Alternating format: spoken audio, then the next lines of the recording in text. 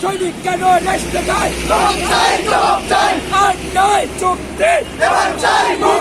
স্বৈরাচারী গণহত্যাকারী শেখ হাসিনার আওয়ামী লীগ সরকারের পতনের পর বিভিন্ন শ্রেণী পেশার মানুষের নানা দাবি নিয়ে আন্দোলনের মধ্যে এবার মাঠে নামল আনসার বাহিনী। চাকরি জাতীয়করণে এই দাবিতে বৃহস্পতিবার তারা চাষারা এবং চিটাগাং রোড সড়কে অবস্থান নিয়ে বিক্ষোভ করেছে বাহিনীর সদস্যরা। আনসার সদস্যদের দাবি, এটা বলে সারাদিন হইচই করলা, নাচানাচি করলা, কি লাভ হবে? আমরা শুনেছি। এখন কথাটা হচ্ছে এক দফার সঙ্গে আমাদের এই আলাপ আসতেছে কেন? নতুন কেউ করছে না। আমার কথাটা শোনো, আমরা আস্তে আস্তে এই পয়েন্টগুলো নিচ্ছি, কিন্তু এগুলো তো এক্সিকিউশন করার জন্য তো সময় দরকার নাকি?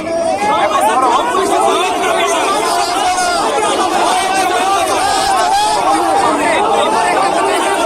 তারা দীর্ঘদিন ধরে বৈষম্যের শিকার। তাদেরকে নানাভাবে ব্যবহার করা হয় এবং আশ্বাস দেওয়ার পরেও জাতীয়করণ করা হয়নি। এ সময় আনসার বাহিনীরা আলোর ধারা 24-কে জানায়, আমাদের এই আনসার বাহিনী গঠিত হয়, কিন্তু গঠিত হইলেও আমরা সেই শুরু থেকে বৈষম্যের শিকার। এখন দেশ যেহেতু স্বাধীন হয়েছে, বৈষম্য বিরোধী আন্দোলনে ছাত্ররা দেশকে স্বাধীন করেছে, সেক্ষেত্রে আমরা এই বৈষম্যের বিরোধিতা করতেছি। আমাদের জেলা অফিস থেকে আমাদের জেলা অফিস, আমাদের উপজেলা থানা অফিস, সব অফিস থেকে আমরা বৈষম্যের শিকার। সকলখানে আমরা প্রতারিত হই। আমাদের নিয়োগ থেকে শুরু করে সবখানে আমাদের বাণিজ্য চলে। আমাদের 3 বছর মেয়াদের চাকরি যদিও আমরা বাহিনীতে আসার পরে জানতেছি, কিন্তু নিয়োগে আমাদের কোথাও কোনো 3 বছর মেয়াদি চাকরি কোনো উল্লেখ নাই।